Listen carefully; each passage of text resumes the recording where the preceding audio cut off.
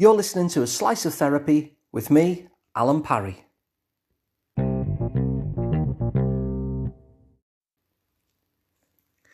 One of the things that is constant about life is change.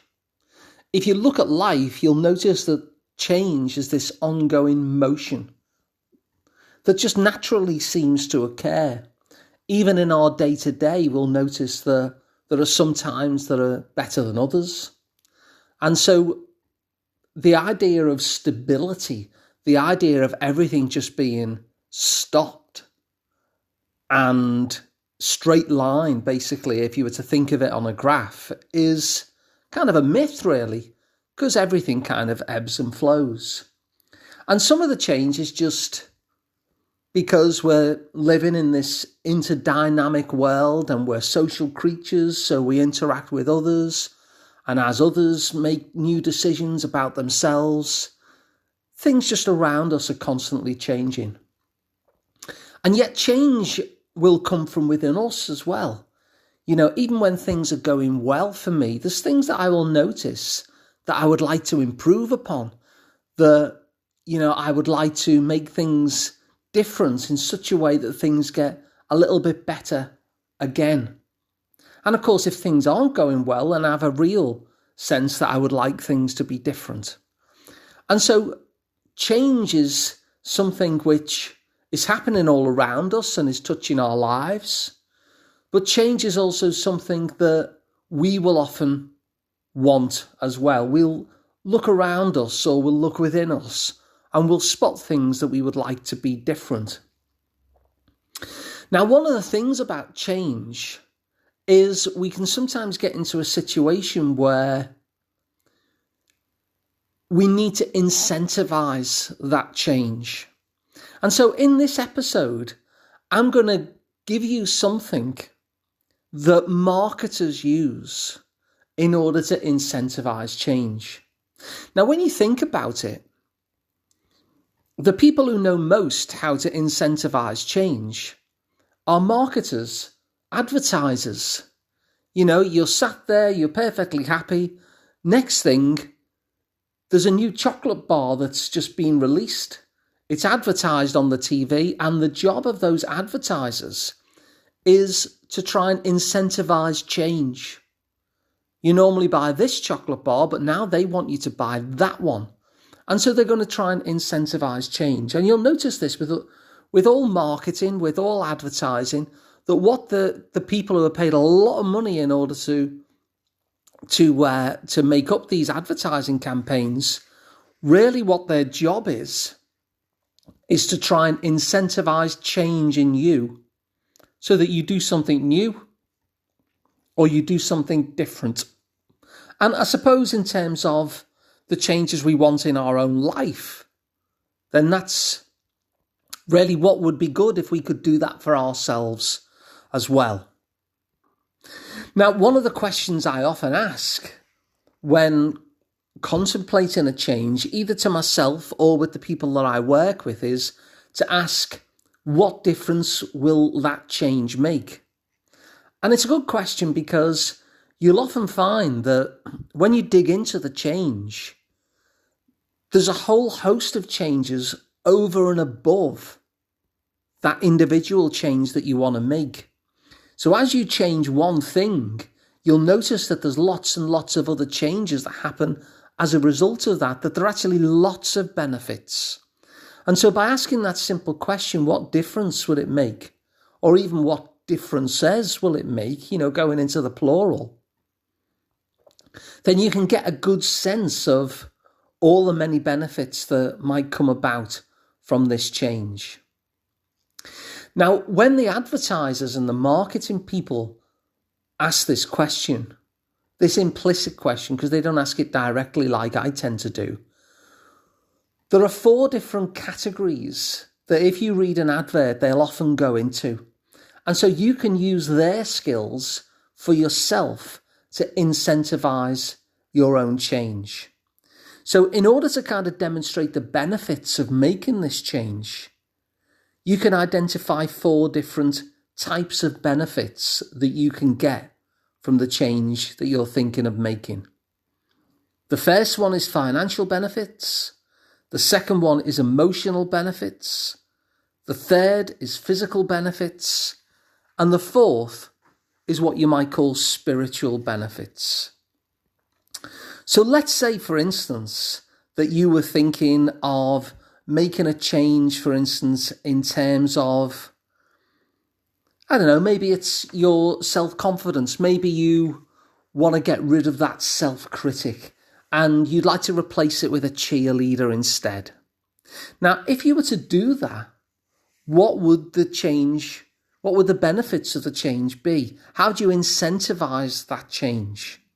Well, let's take each of them in turn. So we'll use that example that you want to get rid of the self-critic, that you want to have a cheerleader instead, so that the voice in your head, which is currently kind of criticizing you maybe, that's something that's really supportive and encouraging instead.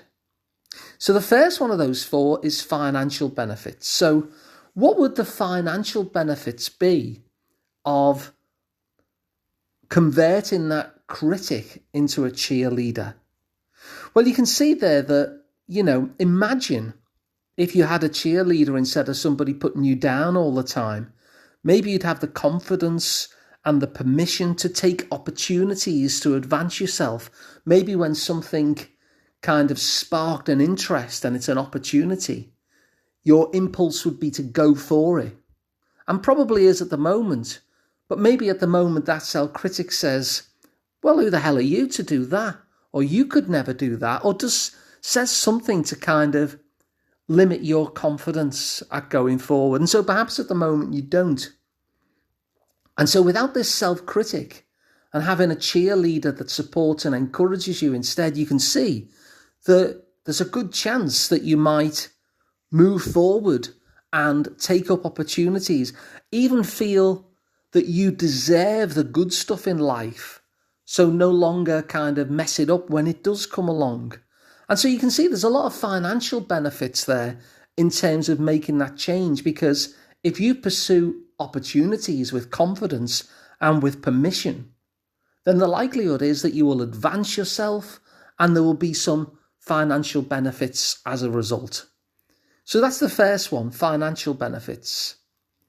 The second one is emotional benefits. So what emotional benefits would come from losing this self-critic?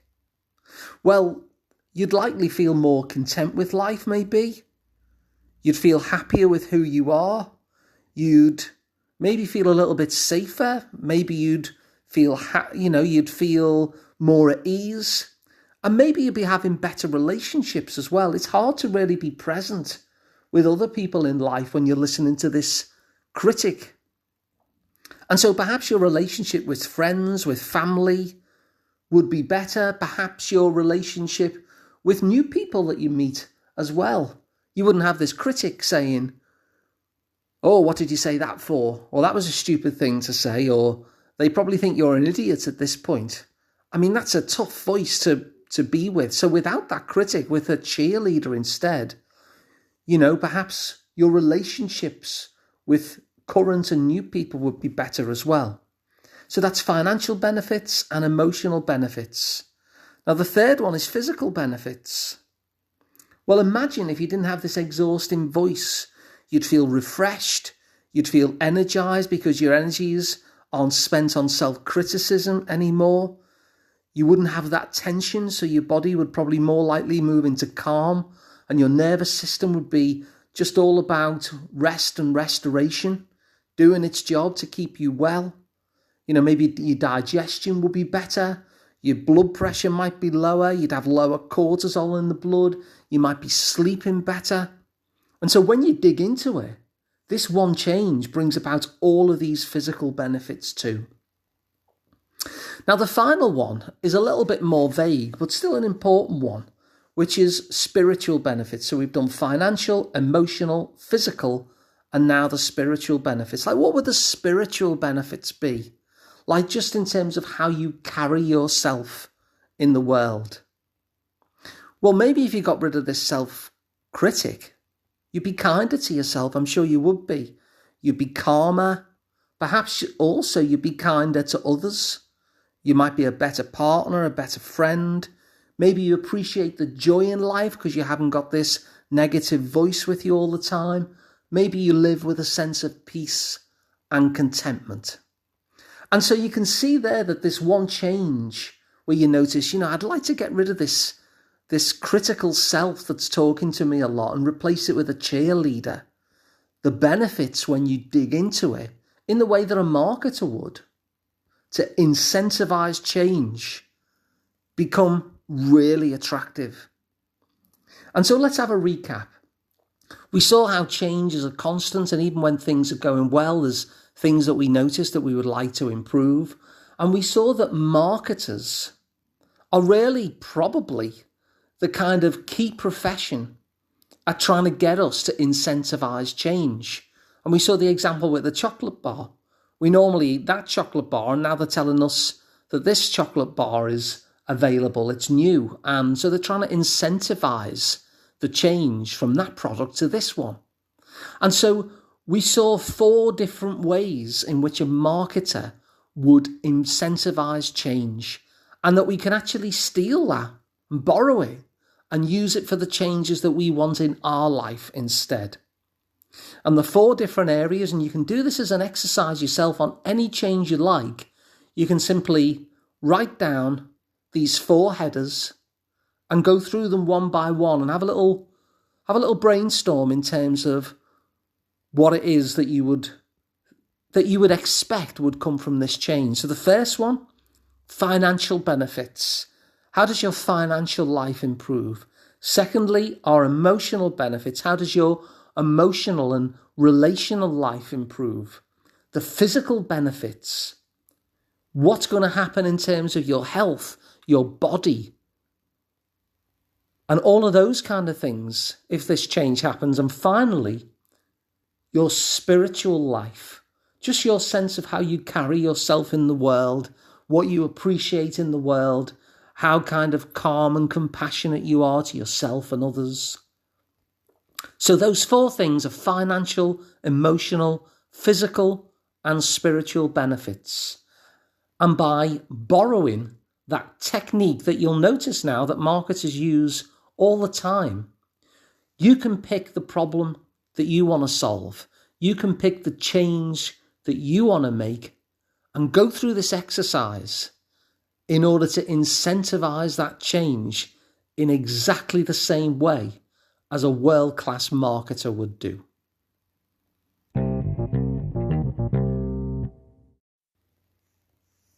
If you found this episode useful, please do share it so other people can get the benefits as well. If you'd like to work with me directly, I'm Alun Parry, and you can find more about me at liverpoolpsychotherapy.co.uk. And of course, you don't have to be local to me because I work online, so you can be based absolutely anywhere. And of course, please subscribe to the podcast as well, because it's absolutely free and it means that you'll never miss an episode again. So thanks for listening, and I'll see you again on the next one.